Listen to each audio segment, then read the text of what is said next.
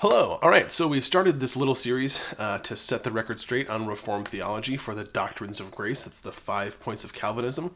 We touched on this a bit in the previous video, but the doctrines of grace, the 5 points of Calvinism, they're one and the same. So we're gonna try to go through each one and see where the biblical justification comes from. So we'll start with the first point of TULIP, which is total depravity. First off, total depravity is a terrible name. It's a terrible name for the doctrine. A lot of people take it to mean that because we believe in total depravity, it means that we believe that people are as bad as they can possibly be, and that's not the case. That's not what this doctrine means. A better name for this would be total inability. And here's the doctrine. So all humans, with the exception of Jesus, are fallen in sin. We are conceived in sin. It infects every part of our nature.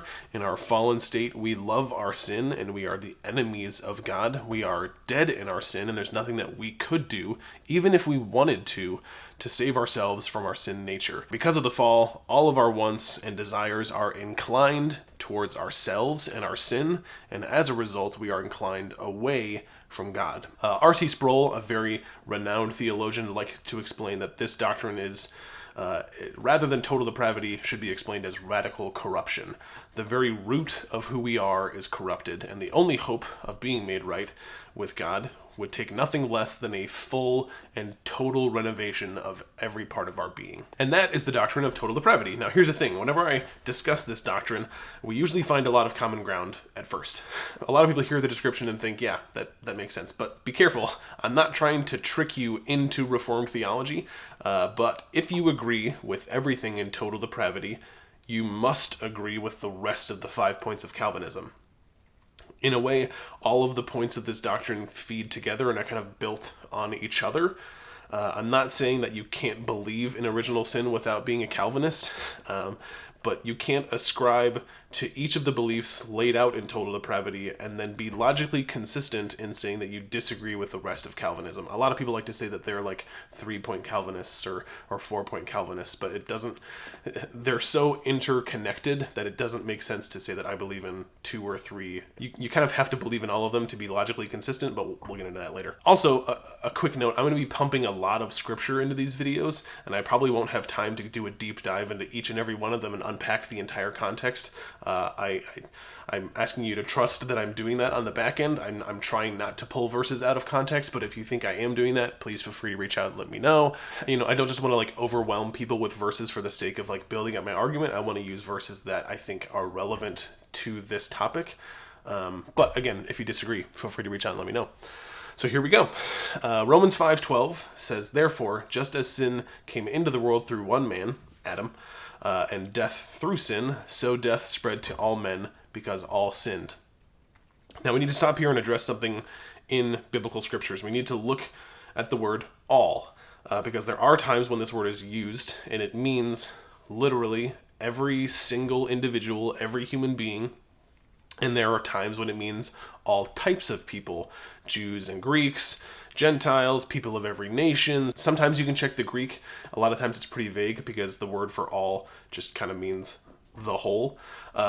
So a lot of times you have to check the context. And so we have to check the context and see, okay, are we talking about every human, every individual, or are we talking about all people groups? But another way to check this is to see if it's confirmed by other scriptures. If we're going to practice hermeneutics, which is the concept of interpretation, especially concerning the Bible, the best way to go about that is to let other scripture speak into it. Let scripture interpret scripture. Why would you rely on the interpretation that I'm giving you when the Bible kind of interprets itself? So let's let God speak for himself. Let's back up a bit in Romans to Romans 3, where Paul quotes from the Psalms and says, "As it is written, none is righteous, not one. No one understands, no one seeks for God, all have turned aside, they have become worthless, no one does good, not even one." That seems pretty definitive, like Paul is really trying to drive the point home of, please understand this, no one is good, everyone has sinned. And it speaks to the main point of total depravity that some people seem to wrestle with. From what I know, there would be a few Christians who would say that they don't believe that all have sinned, but Paul puts it a step further and says, no, it's not just sin, it's that no one even seeks after God. On our own, we don't understand, we don't seek God, we don't want God. We are corrupted, radically corrupted to the very core of who we are. Psalm 5:9 says, "For there is no truth in their mouth. Their inmost self is destruction." In Jeremiah 17:9, we read, "The heart is deceitful above all things and desperately sick. Who can understand it?" Our innermost self, the core of who we are, is corrupted and is seeking destruction. Now, there are some who are going to say, you eventually sin, but you don't start that way. But again, we have to let God speak to that. In Psalm 51, we read, "For I know my transgressions, and my sin is ever before me.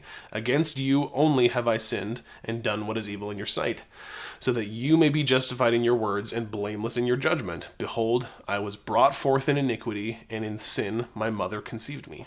So we see sin is something we're conceived in. From the moment we exist, we are at war with God and in love with ourselves. Romans 8:7 says, "For the mind that is set on the flesh is hostile to God, for it does not submit to God's law. Indeed, it cannot." The word hostile in the Greek is echthra. It means enmity. So the perspective of the Bible is not that we're decent people who can do good or bad. We're depicted as the enemies of God. We are at war. We don't want anything to do with him, and even if we did, there's nothing we can do to please him. Hebrews 11:6 says that without faith, it's impossible to please God. So if we all agree on this, where does the disagreement come in? Usually it has to do with free will. Most people will acknowledge that all have sinned, all have fallen short, but we can still exercise free will to choose God and choose to accept the offer of salvation. A lot of people put it as like, God casts a vote for you, Satan casts a vote for you, and then we kind of cast the deciding vote. Again, I don't want to be the one to argue this. I would rather let Scripture speak for itself. So what does the Bible say about free will? Nothing. Actually, free will isn't mentioned in the Bible at all, but the Bible does mention choice, the choices we make as humans and how we're held accountable for those choices.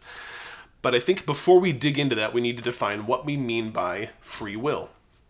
I think what most people think of when they talk about free will is that we as human beings are free to make the choices that we want. God isn't holding a gun to our heads saying, do this thing. And for the most part, reformers and Calvinists would say, yes, that's what we believe too. From the reformers' perspective, I've heard it explained this way. Imagine you take a vulture and you put it into a room, and you put in front of it, you put a pile of meat and a pile of lettuce. Which pile will the vulture choose freely to eat from? Every time it's going to choose the meat freely. It's not being forced to do that. It wants to do that. Its very nature is inclined to eat meat. The same is true for us and our sin. The offer of salvation is right in front of us. But what will we freely and enthusiastically choose every time? Sin. In Matthew 7:18, Jesus says, "A healthy tree cannot bear bad fruit, nor can a diseased tree bear good fruit." It's clear from Scripture that we, by default, are diseased. The Greek word for diseased means rotten. We're rotten to the core. So, we are exercising our will, we're making choices, but I think it would be wrong to say it's free. Over and over and over again, the Bible talks about our relationship with sin as slavery. 2 Peter 2:19, "They promise them freedom, but they themselves are slaves of corruption. For whatever overcomes a person, of that he is enslaved." Galatians 4:8, "Formerly when you did not know God, you were enslaved to those that by nature are not God's." Romans 6:6, "We know that our old self was crucified with him in order that the body of sin might be brought to nothing, that we would no longer be enslaved to sin." Over and over and over again, we are reminded of the nature. We are slaves to sin. And this is just a sampling of verses that can be used for this doctrine. I'm saving a lot of them because they bleed into the other doctrines of grace, and so I'm trying not to go through all 5 points in one video. So what hope is there for us then? If we are sinners, we're rotten, we're corrupted to the core of who we are. Even if we're given a choice, we gladly choose to just wallow in our sin. So what can we do? And that's the beauty of this doctrine. There's nothing you can do. There's nothing you can do to pay the debt. The debt is too high of a price for you to pay.